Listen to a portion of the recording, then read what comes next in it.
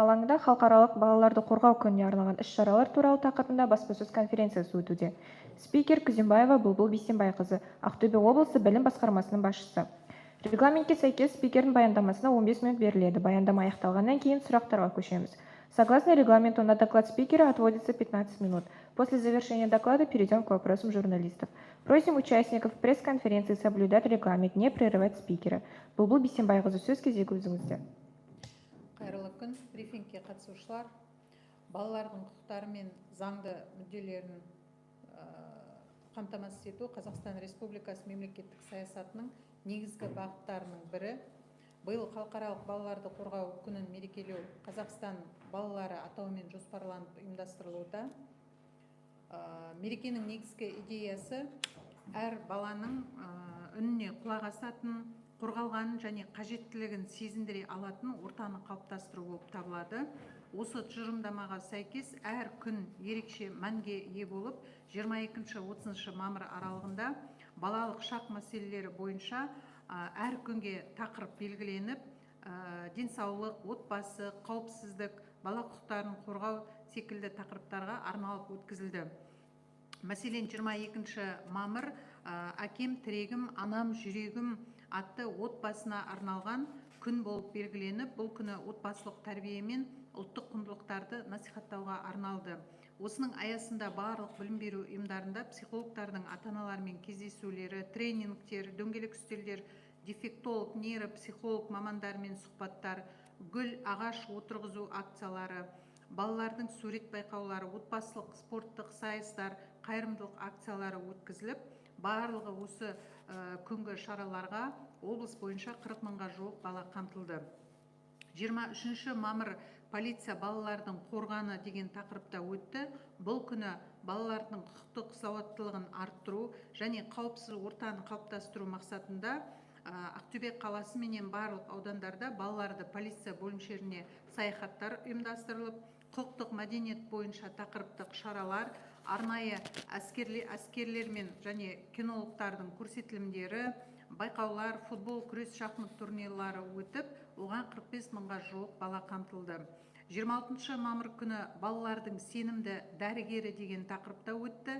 Бұған да облыс бойынша қала аудандарда жылжымалы медициналық кешендер арқылы балалардың медициналық тексерістері жүргізілді.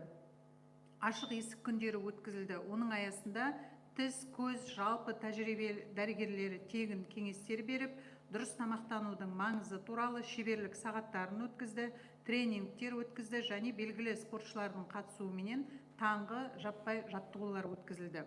Бұл күні жалпы 15 мыңға жуық бала осы шараларға қамтылды. 27 мамыр күні бабалар үні балалардың шығармашылық және азаматтық белсенділігін дамытуға бағытталды. Бұл күні біз отанның ұланымыз флешмобы, танымдық мәдени қайырымдылық шаралар, отбасылық фотосуреттер байқауы, сәндік қолданбалы өнер туындылары көрмесі, табысты жастармен оқыту тренингтері, кездесулер, білім басқармасы басшысым ретінде облыстағы әртүрлі жарыстарда, олимпиадаларда жүлделі орындар алып жүрген шығармашыл дарынды оқушылармен кездесу өткіздім. Сонымен қатар Аяла балалар үйінің балаларыменен облыс мәслихатының депутаттары бейресми кездесу ұйымдастырып, және оларға түскі мерекелік ас берді. Сонымен қатар осы күні барлық білім беру ұйымдарында дебаттық клубтардың дебат ойындары өткізілді. Сонымен қатар осы күні еліміздің бас ұстазына хат жолдау мүмкіндігіне ие болып, балаларымыз министрге хат акциясына қатысты. Бұл күнгі шараларға да жалпы облыс бойынша 114 мыңға жуық бала қамтылды. 28 мамыр кибер тұмар күні болып өтті. Бұл күні цифрлық технологияларды насихаттау, балаларды онлайн кеңістікте қорғау мақсатында бірқатар арнайы іс-шаралар ұйымдастырды. Балалар мен ата-аналар үшін ата-ана бақылауы, құралдар мен кеңестер, яғни әлеуметтік желілердегі балалардың қазіргі қауіпсіздігін қамтамасыз ету мақсатында арнайы мамандар ата-аналарға, оқушыларға түсіндіру жұмыстарын жүргізді. Цифрлық мамандықтар қаласы атты эстафетаға қатысты IT хабтар мен қоғамдық кеңістіктерде цифрлық көшбасшылардың қатысуымен интерактивті сессиялар, цифрлық сауаттылықты арттыру және онлайн қауіпсіздік тақырыптарындағы тренингтер мен кездесулер өткізіліп, 36 мыңға жуық бала осы шараларға қамтылды. 29 мамыр күні бала қауіпсіздігі басты назарда тақырыбында төтенше жағдайлар департаментінің ұйымдастыруымен авариялық құтқару техникасының көрмесі, өрт су айдындарындағы балалардың қауіпсіздігі туралы дәрістер өткізді және департамент құтқарушыларының жұмысымен танысу мүмкіндігіне ие болды. Біздің балаларымыз бала қауіпсіздігі челленджі өткізілді және төтенше жағдайлар департаменті білім басқармасымен бірлесіп жас құтқарушылар облыстық слетін өткізді. Бұл күнгі шараларға 27 мың бала қатысты. 30 мамырда облыс әкімі Асхат Берлешұлы Шақаровтың халықаралық республикалық олимпиадалар мен конкурстардың шығармашылық байқаулардың жеңімпаздарын қабылдауы өтеді. Шара барысында 2024-2025 оқу жылындағы республикалық пәндік олимпиадалардың шығармашылық байқаулардың жеңімпаздары облыс әкімінің алғыс хатыменен бағалы сыйлықтарға ие болатын болады. Жалпы бұл қабылдауға 40 бала жоспарланып отыр. Сонымен қатар 1 маусым халықаралық балаларды қорғау күніне арналған басты мереке Ақтөбе қаласындағы қазақ халқына 1000 алғыс стелласында өткізеді және барлық аудандарда, орталық алаңдарда бұл күні ерекше аталып өтілетін болады. Сағат 10:00-ден 12:00 аралығында бала бақыт, бала шаттық, бала нұр атты облыс әкімінің қатысуымен мерекелік шара ұйымдастырылады. Осы шараға барлық ата-аналарды, барлық балаларды шақырамыз. Себебі біздің балаларымыз үшін көптеген мәдени, танымдық, спорттық, қызықты шаралар жоспарланып отыр. Ғажайып Ақтөбе көрме жәрмеңкесі өтеді. Робототехника ғажайыптары көрмесі, қала сыртындағы лагерлердің жәрмеңкесі, бояулар сыры, заманауи би, шебер қолдар, жануарлар әлемі, су қоймаларындағы қауіпсіздікті сақтау, абайлаңыз балақай, ғажайып қуыршақтар әлемі, жадырасын балақай тақырыптарында шеберлік кластары өткізілетін болады. Яғни бұл жерде мерекелік шараға келген балаларымыз тек қана көріп қана қоймайды, сол жердегі әртүрлі шеберлік кластарда өздерінің қолдарымен ұстап, сол процестерге қатысып, түрлі қызықты жаңағы көрмелерде шеберлік кластарын өткізілетін болады.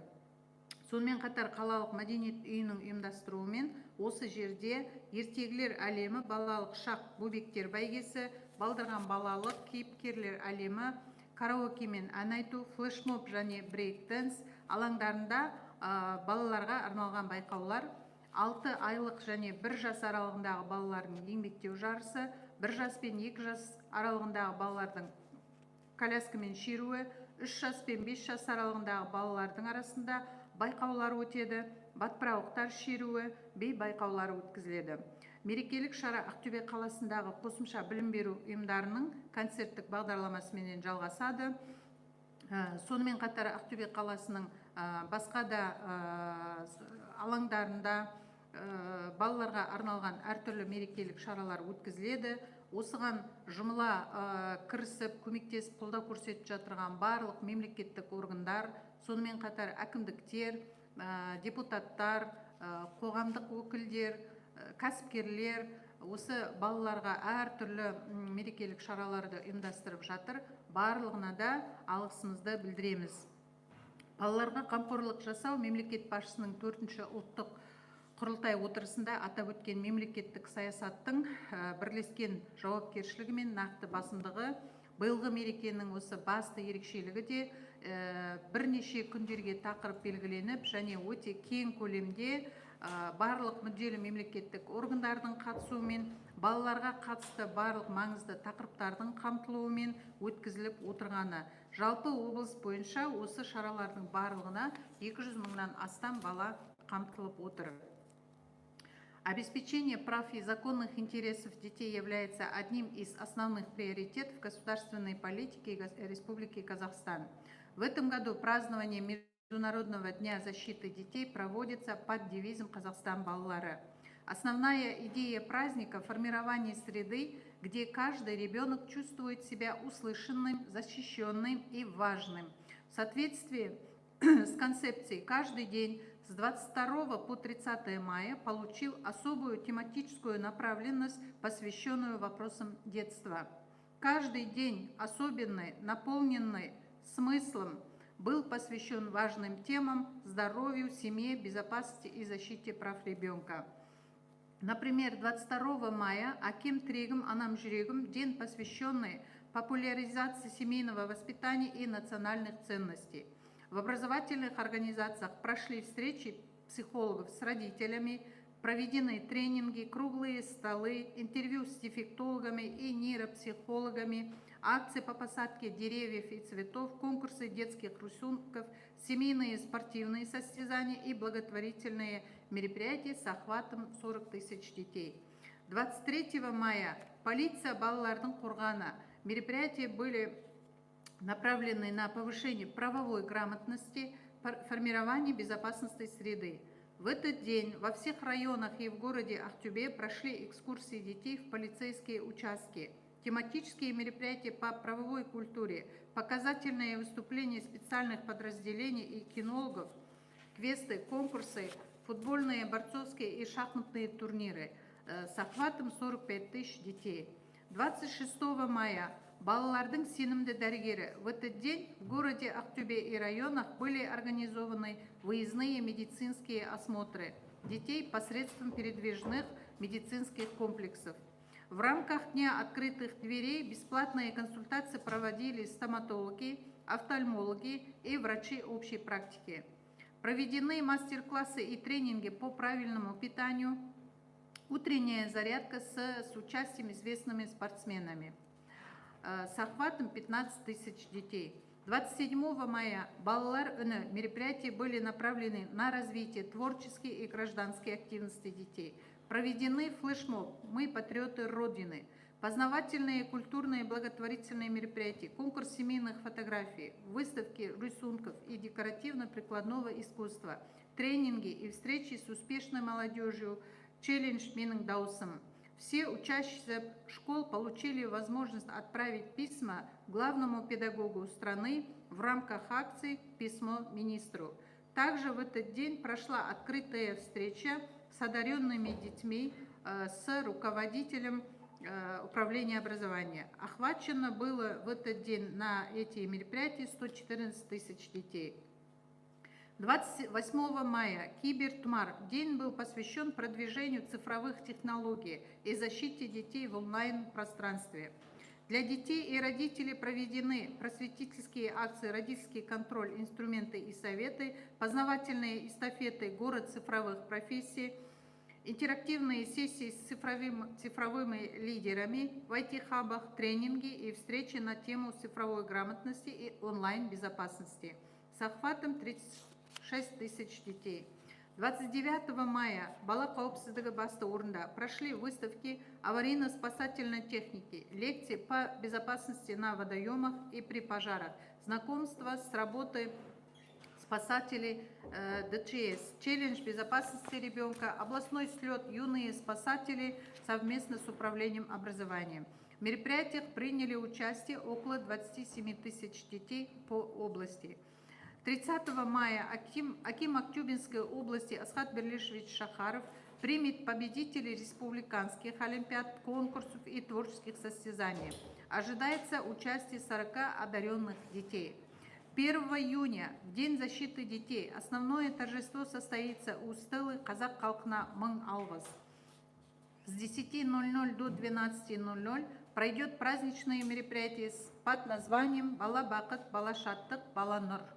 В рамках праздника будут организованы выставка «Ғажайып Ақтөбе», чудеса робототехники, ярмарка загородных лагерей, мастер-классы по темам бояулар сыры, заманауи би, шебер қолдар, жануарлар әлемі, су қоймаларындағы қауіпсіздікті сақтау, абайлаңыз балақай, ғажайып қуыршақтар әлемі, жадырасын балақай. Также будет проведен конкурсы на площадках ертегілер әлемі балалық шақ, бөбектер бәйгесі, балдырған балалық, кейіпкерлер әлемі, караоке мен ән айту, флешмоб және брейк-дэнс. Пройдут соревнования для детей от 6 месяцев до 1 года по ползанию. От 1 года до 2 лет парад колясок, от 3 лет до 5 лет разные конкурсы, парад воздушных змеев, песенные и танцевальные состязания. Праздничные мероприятия завершит концертной программой учреждений дополнительного образования города. Забота о детях – это общая ответственность и приоритет государственной политики, особо отмеченный главой государства на 4-м заседании Национального Курултая. Главная особенность празднования в этом году – реализация всех запланированных мероприятий при участии всех заинтересованных ведомств.